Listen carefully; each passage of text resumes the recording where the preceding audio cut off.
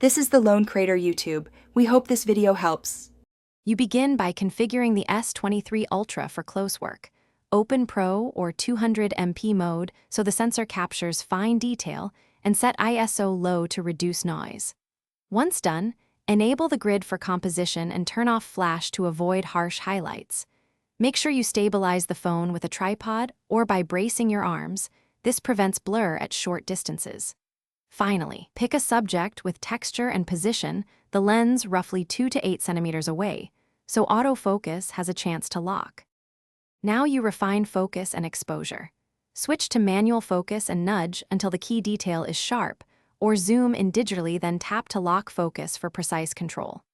Next, set shutter speed around 1/125th to 1/250th of a second to freeze micro movement, while balancing ISO to keep grain low.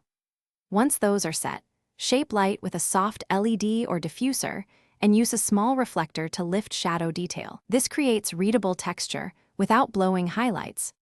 To finish, capture several frames using a short timer or burst mode so phone shake doesn't ruin the sharpest shot, then inspect images at full zoom to verify critical focus.